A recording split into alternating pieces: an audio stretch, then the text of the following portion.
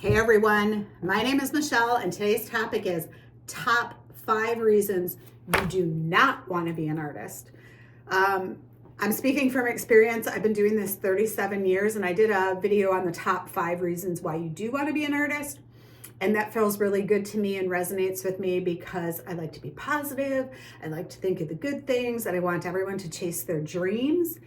But I would be amiss if I did not share with you things that go awry, things that aren't good, some realities, like you're gonna have to face them, and at some point they'll come on hot and heavy and you'll wanna know the answer and what it's really like. So I wrote down the top 5, and these are off the cuff of my head, so they're very succinct and very honest. I didn't spend like hours curating this list and deciding what to do. I sat down and said, here are the top 5 things that why I would share with you why not to be an artist or why to be an artist. So my name is Michelle. I've been doing this 37 years. My chosen craft or profession in the art field was glassblowing. I almost said photography. In college, I did photography and glassblowing. They were both very much loves of mine. The college I went to was Alfred University in upstate New York. It was an amazing school, great glass program, surrounded by amazing artists. So I was trained there. I also worked a historic job where I blew glass for my living. I did that full time for a number of years before I started my own studio. And when we started our studio, my husband is also a glass artist. So we nibbled away at how we did this, and we kind of had some job security before we full on came into our business. And I think it's important to know the negatives of why you might want to be an artist or not be an artist. Looking back on our career, there were many, many things I've learned and many things I've enjoyed. But I do have to say there were just as many things I found stressful, annoying, difficult, out of the box for my comfort level.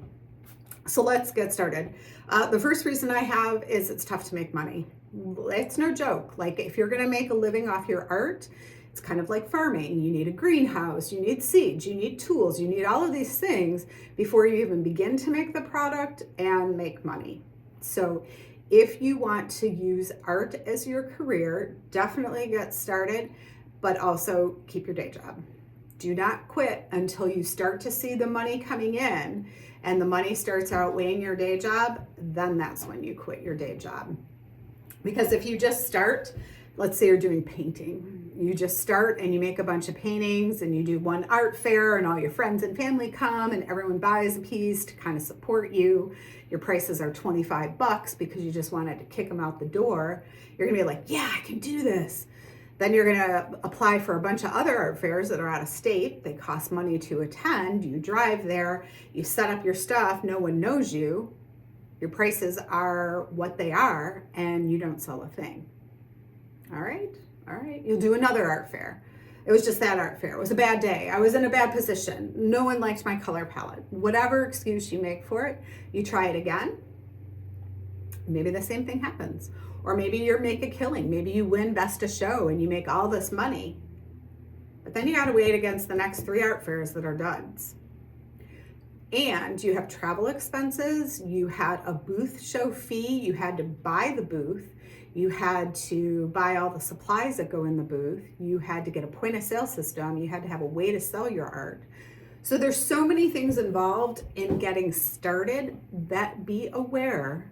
You do not want to run out the floodgates, quit your job, lock yourself up in a studio and say, I'm going to paint all day and I'm going to sell everyone for $1 million. It doesn't happen that way. All right, number 2, sometimes, and I wrote many times, you sacrifice your creativity for the sale. Now, earlier on in our career, I remember doing shows where we'd go somewhere and people would be like, oh, I like this vase, but I just want it in blue because it will match my couch. And I was offended. What do you mean you want it in blue? Don't you see there's every other color here but blue? I don't work in blue. And that didn't serve me. If I would have made the vase in blue, it would have gave me money to make another vase and another one and another one. Sometimes you have to listen to your client. Food analogies are really easy that we all understand.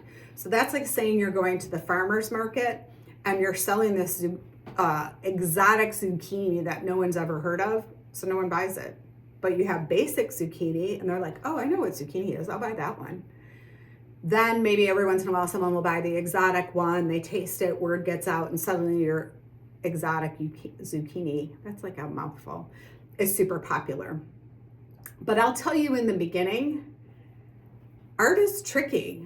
Like, they're coming to an art fair, or they're seeing you in a gallery, or they fall upon your Etsy page. However they find you, the phone rings, they run out the door. They were just killing time while they were waiting in line somewhere. They never come back to the page.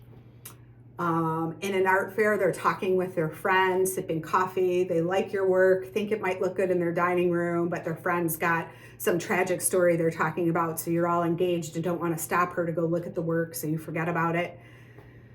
There are a million reasons they walk by you or don't purchase. So when someone does say, hey, I'm interested, but could you show me it in blue? You might want to consider, yes, I could show you in blue. Don't get the pride in the way of making the sale.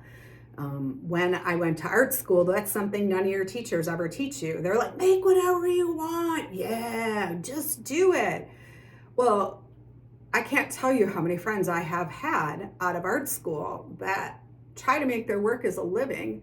And 1, 2, 3, 5, 10 years later, they're selling all their equipment and taking a day job because they just couldn't make it work. So you got to balance what the market wants with what you have to sell.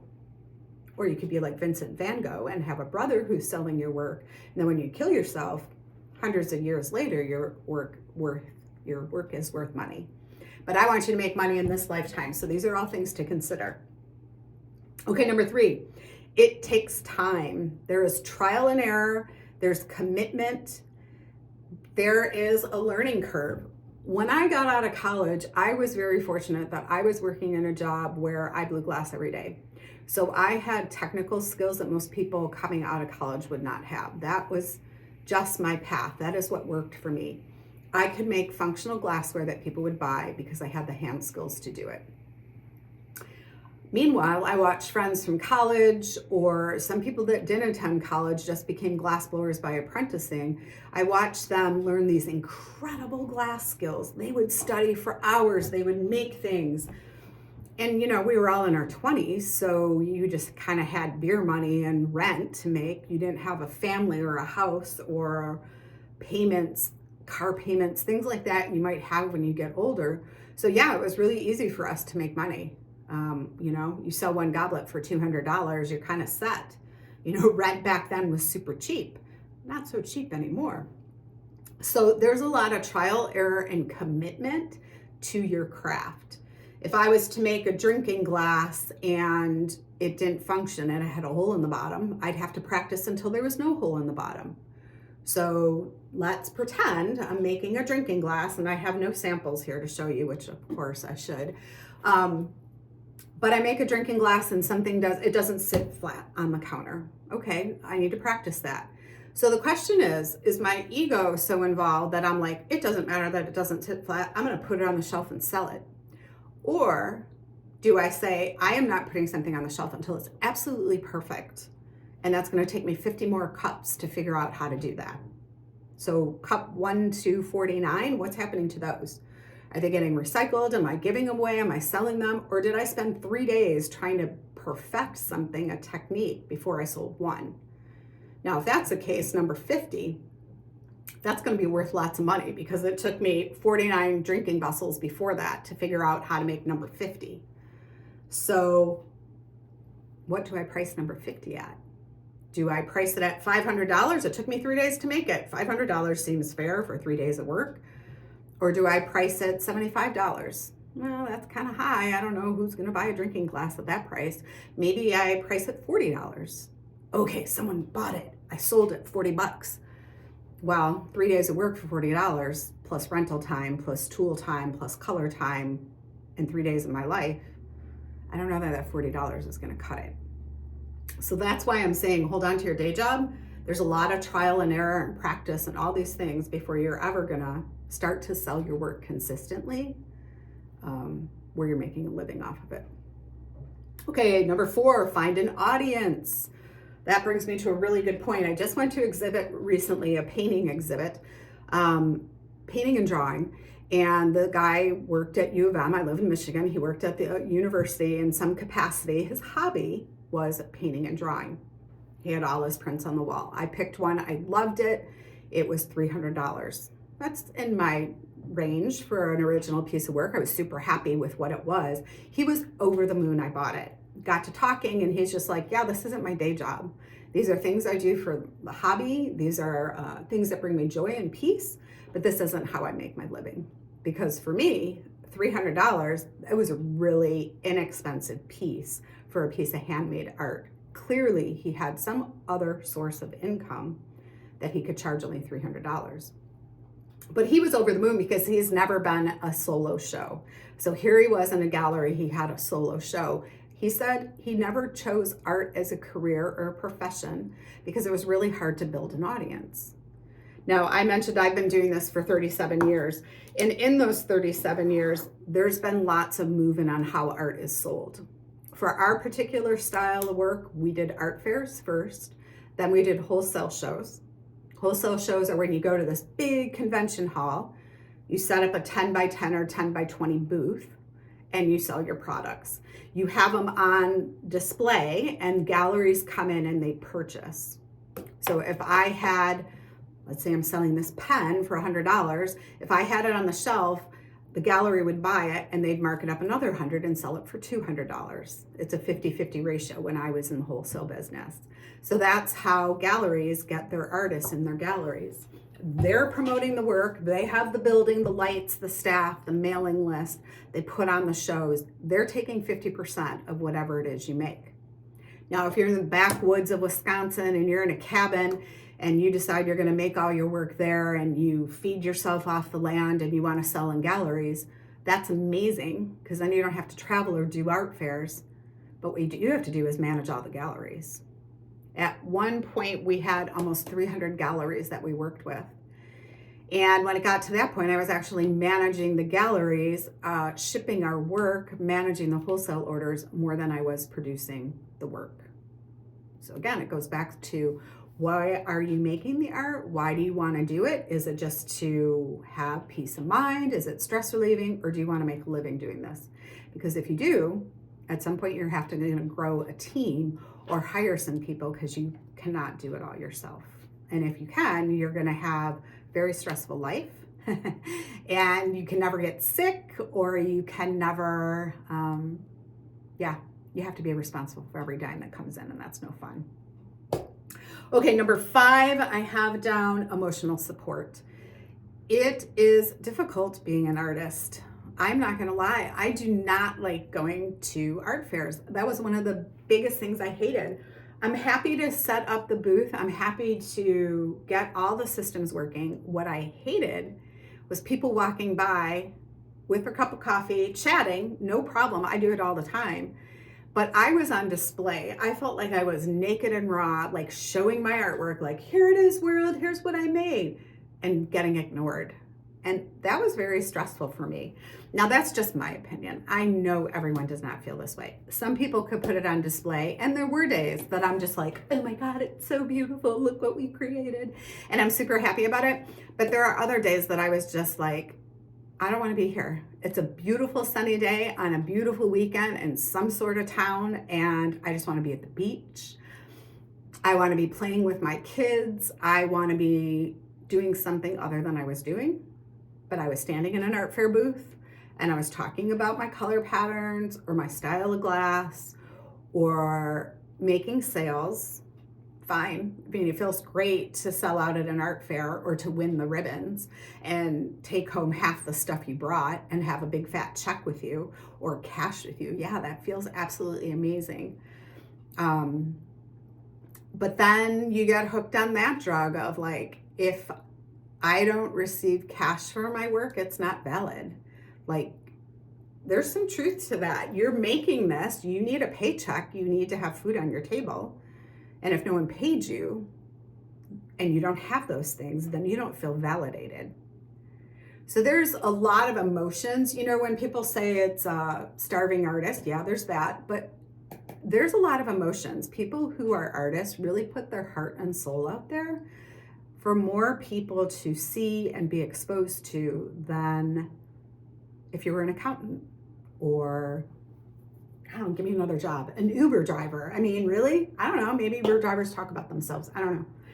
But when you're creating art, your style really reflects who you are as a person and attracts like-minded people.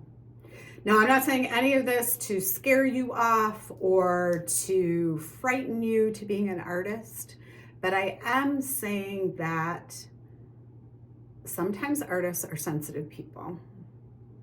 And it's really good to step into a career and to know who you are and what you can handle. Now, for me, we had small kids that we homeschooled. And my husband really enjoyed talking to people. So when we did an art fair, we'd all set up, we'd get the booth rolling, I'd get everything he needed to have a successful show, and I'd take off. And he would work the booth. And he enjoyed that. He enjoyed talking to people, he enjoyed explaining technique, and that was something that really brought him to life. And he really enjoyed upselling people. Oh, if you like that product, maybe you should buy this one too. They're kind of a set and da da da da da da. Or I could do a special commission. You want one glass? I can make you 15 and you could have a whole set for your home. So there is that. I'm just telling you from my perspective. There were a lot of things that we did that were out of my comfort zone, and I recognized I needed to do them to get where we are today. Would I do them differently now? Perhaps.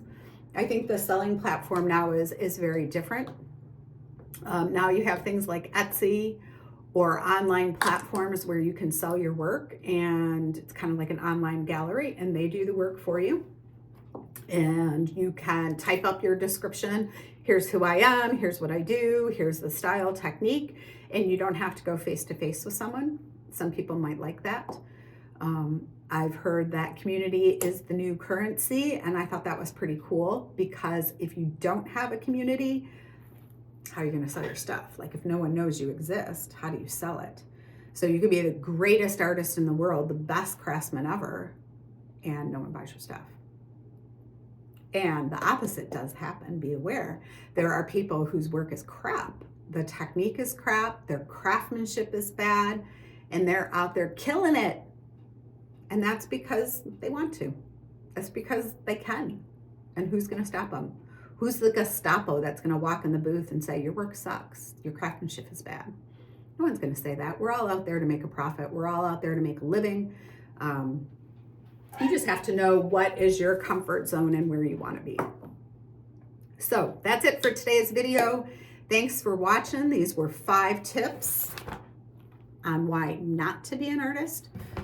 Stay tuned for more content. Share, please, with your friends and family. I definitely want to grow this channel, and if you are watching, your support means the world to me. So thank you very much for being here. Hope I was able to instill some interesting ideas into your mind that you might not have thought of before if you want to be an artist. All right, stay tuned, and thanks for more. Look forward to more content. Thanks for watching.